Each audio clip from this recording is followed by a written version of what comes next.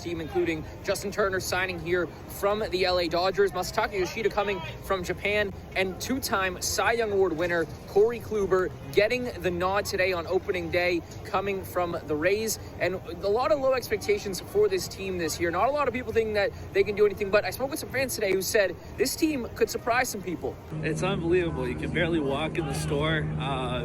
It's tough to even get around. Like, I've been searching for my friend the last 20 minutes. I have no idea where he is.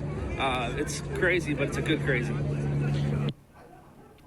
First at 4, a live look over beautiful Providence, and it is absolutely beautiful outside, but you do need to bundle up. Here's Providence Now meteorologist Nick Morganelli with the first check of our forecast. Good afternoon, meteorologist Nick Morganelli, ABC 6 Storm Tracker with you, and we've got a chill in the air today, although it is a beautiful sunny day. Got to get rid of that chill, but there are signs of spring. We've got daffodils blooming, we've got buds on the branches, and we've got baseball. Opening day today for the Boston Red Sox, and they continue tomorrow with Game 2, and then on Saturday with Game 3 against the Baltimore Orioles, and some showers move in. We've got clouds coming in during the day tomorrow, showers during the evening. So the game will be damp or wet, but I think they will get it in because everything will be very light in forms of precipitation. And then as we go into Saturday, those showers continue. So the first half of the weekend is wet. We should dry it out on Sunday. I'll have all those details for your weekend and beyond, and that all-important 7-day forecast coming up in just a little bit. Yeah, we will see Nick in just a few minutes. In other news at this hour, a crackdown on Kennedy Plaza. RIPTA and Providence Mayor Brett Smiley approving funding for additional security, allocating around $100,000 in order to increase police presence in that area. Providence Now reporter Daniel Coates has that story. I'm in busy Kennedy Plaza, where many commuters who take the bus and walk through this area told me earlier on today they feel unsafe after hearing stories of violence and crime that have riddled this junction point in many years past. But Mayor Smiley and RIPTA now in conjunction are allocating $100,000 and more officers on patrol in Kennedy Plaza at their peak hours. Those on patrol will also help other organizations who support drug abusers and the homeless, but bus riders tell me they instinctively are still on high alert in this area and hope this increased security can give them just a little peace of mind when they're trying to get home or trying to get to school or even work in the financial district. As a result, the mayor hopes this can serve as the safe heartbeat of the city and an improved downtown Providence for years to come. New at 4 o'clock this afternoon, a Woonsocket man will spend nearly 2 decades behind bars on child molestation charges. The state attorney general says 59-year-old Kent Prokopke pleaded guilty to first-degree molestation.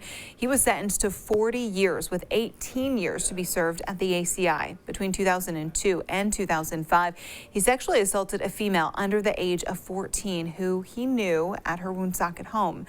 The victim reported those assaults in 2020. That led to that investigation. He must now register as a sex offender. And a New Bedford man who was arrested twice for trafficking fentanyl has been sentenced to prison. Bristol County's DA says Angel Perez will serve 5 to 6 years in prison. Police executed that search warrant back in 2020. They found Perez to be in possession of fentanyl along with thousands of dollars in cash. He was arrested and then released on bail. Then in 2021, he was arrested for the same charges. Now to an ABC 6 News update at 4 o'clock. In Massachusetts, Easton police investigating a deadly motorcycle crash. Police say 39-year-old Clark Grant of Taunton was driving his bike southbound on Turnpike Street around 6 o'clock last night. That's when investigators say a Jeep Grand Cherokee hit him by pulling out of a parking lot. Grant was taken to the hospital where he later died. The driver and young passenger in that Jeep were not hurt. No word at this hour on any charges. To political news at 4 o'clock, a new bill to help small businesses introduced today in the Ocean State, led by Senator Melissa Murray. That bill would exempt the first $100,000 of tangible taxes for small businesses. So a tangible tax refers to taxes that business owners pay on necessities needed to operate a business. If this passes, it would go into effect in the 2025 fiscal year.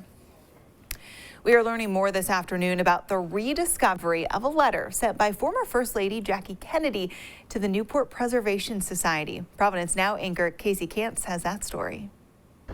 Yeah, how about finding this letter? The Preservation Society said they found the letter while going through materials in a mislabeled box. The letter's two-sided. The former First Lady addressing the letter to the founder of the Newport Preservation Society, Catherine Warren, in the 1950s. And that was back when Mrs. Kennedy's husband, John, still a U.S. Senator at the time. A couple of lines from the letter that jump out.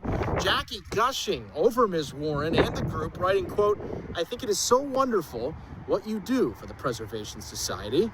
Another line, the former First Lady writes, quote, "I would be so happy to be on the committee." Newport Preservation Society said they are continuing to look into the details and origin of this letter from Jackie Kennedy. Nonetheless, a really neat find and slight glimpse into some local history. Residents in the Bay State can say cheers for another year at least. Governor Healy extending the cocktails to go law. Since the beginning of the coronavirus, 18 states, along with the District of Columbia, passing laws to permanently allow cocktails to go. Meantime, 14 others, including Massachusetts, have enacted laws that allow cocktails to go temporarily. So under this legislation, mixed drinks sold with takeout or delivery food orders must be in sealed containers, and they have to be placed in the trunk or a non-passenger compartment in your vehicle. Now to the latest on the developing story out of Kentucky, where 9 service members are dead.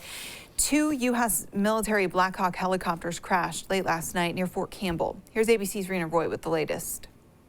An investigation underway in Trigg County, Kentucky, after 2 101st Airborne Division medevac helicopters crashed Wednesday just before 10 p.m. I'm working with the commander and the colonel around both crash sites. Crews discovering the wreckage in a field, 9 service members killed. This is a truly tragic loss for our families, our division, and Fort Campbell. Our entire Fort Campbell community is surging resources in support. The 2 Black Hawk choppers were flying together during a training mission, a common occurrence as helicopters are almost always paired. Officials say crew members were wearing night vision goggles. That is about as dangerous as you can get for one of these exercises, especially those night vision goggles. Those night vision goggles, when you look out of them, see green, but you certainly don't see as much as you would in the daytime. There are no reports of damage to homes, but residents in the debris field were asked to leave. 2 helicopters went over and hadn't much got 10 seconds past my house, and I heard the explosion or the loud boom. I just felt, something was terribly wrong. Investigators now piecing together what exactly happened and how it happened. They do have something very similar to the black boxes that we see on the larger aircraft, and we're hopeful that will provide quite a bit of information. The U.S. Army and Kentucky State Police are leading that investigation. Meanwhile, the base command has said that they are focused on caring for service members and their families as they notified next of kin. Rena Roy, ABC News, New York. Still to come on ABC 6 News, first at 4, an American journalist arrested in Russia on espionage charges. We'll tell you why he is accused of spying. Plus, it is pretty cold out there today. When will it warm up? Will it? Providence Now meteorologist Nick Morganelli is back with a look at our weekend forecast. You're watching ABC 6, Southern New England's trusted news source.